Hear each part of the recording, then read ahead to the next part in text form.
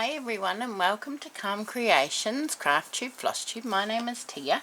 Today I'm going to do a little bit of a video on a journal that I'm making. I've joined a new Facebook group and I have to make a journal for a swap. So it's a swap Facebook group.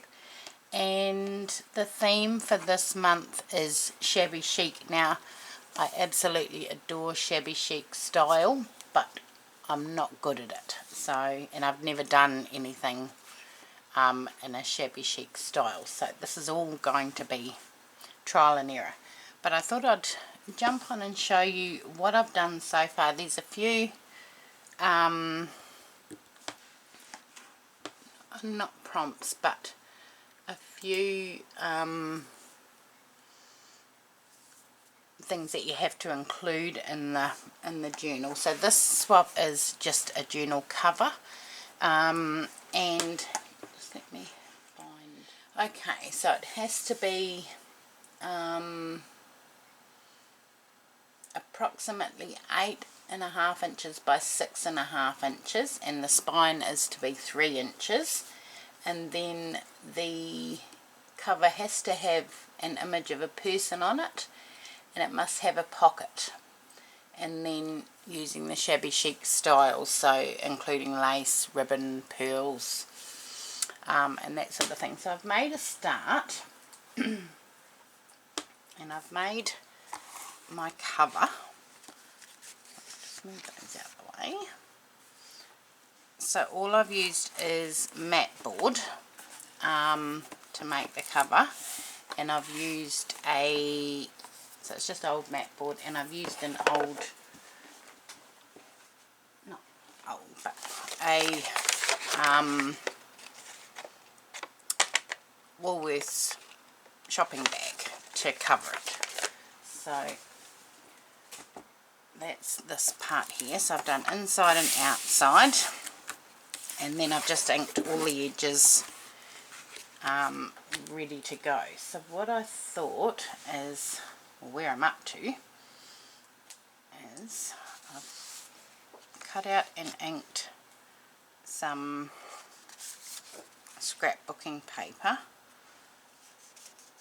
And so those will go there like that. And I have found an image on a public domain website and printed that off. So that's my image there that I'll be using. And then the paper collection that where I got these papers from is from this scrapbook pad, and it is called Floral Romance, and it's by Craft. So that's that. And then I've pulled out an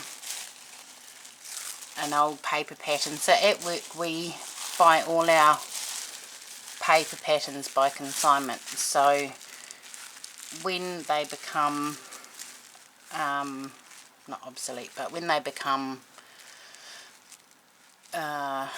retired, you could say, we use them to wrap you know, breakables, so otherwise they get destroyed.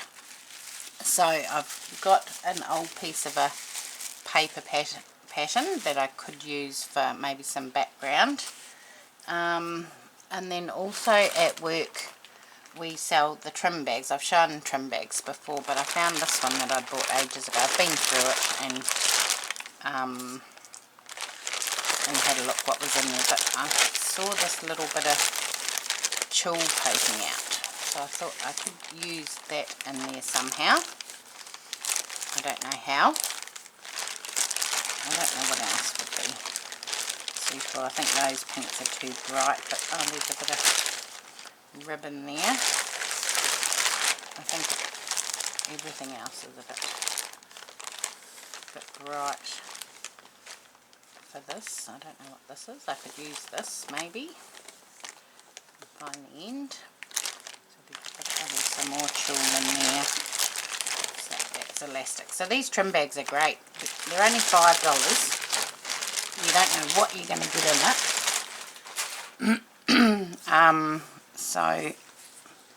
And then I dug out some of my laces, and I found this is a very soft pink. When you compare it to the other ones, it looks pink. So I thought I could use a bit of that in there somehow, or any of those. And then the other day,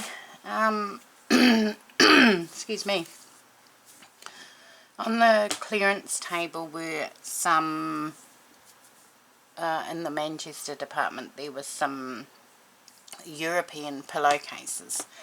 And so I bought 2 of them for my bed. But they come in these little bags. So I thought I could use that fabric because that sort of ties in with it too. So that's another piece, you know, I could cut it up and make something. But that's my thoughts so far. But I haven't got very far. I'm sort of, I just not sure how to do it.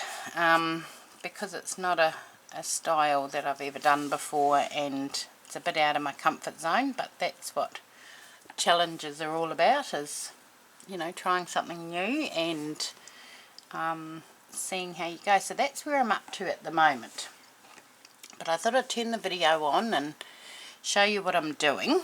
But I will pause you here and I will nut out a bit of a plan, and then I'll turn the video back on and we can do it together. So I will be back soon.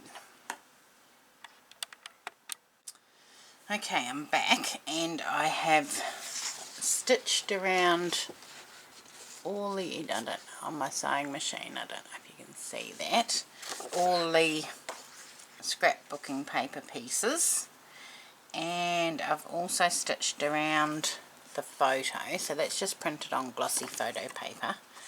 So I've stitched around that, and then I've cut some bits of lace and the other trim, that slightly pinky one, and I've put those down there, and I quite like that so far. But I will carry on and I will be back soon. Okay, here's where I'm up to. I have put quite a few elements together, and only some of them are stuck down, so the spine's done, and I'm just working on the composition of the cover. I haven't done anything with the back yet, that's not stuck down, so that's that piece. And then what I thought I could do is, I've got this little cluster that I made, but I was just going to put some of the tulle that I cut out from the back of that flower. Thought I could just glue that on the back.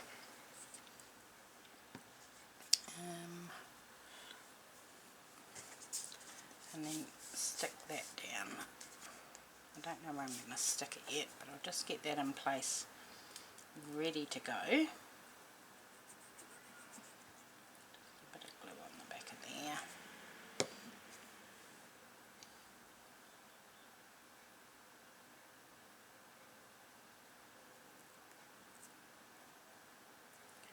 Just want to smush that up a bit so that it gives it a bit of a gathered, and then I can trim it down.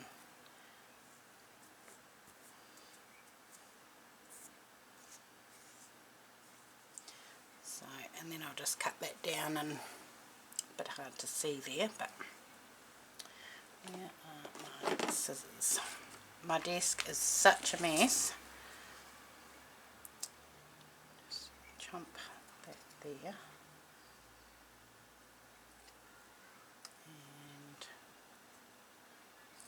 That there and there.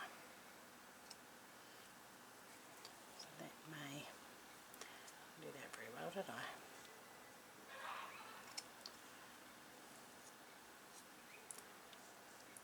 Make it a little bit smaller. And a little bit smaller. So that's that there. It's got a little wee bit of tulle around the outside. We'll get rid of those. And I was thinking that could maybe go in there under there.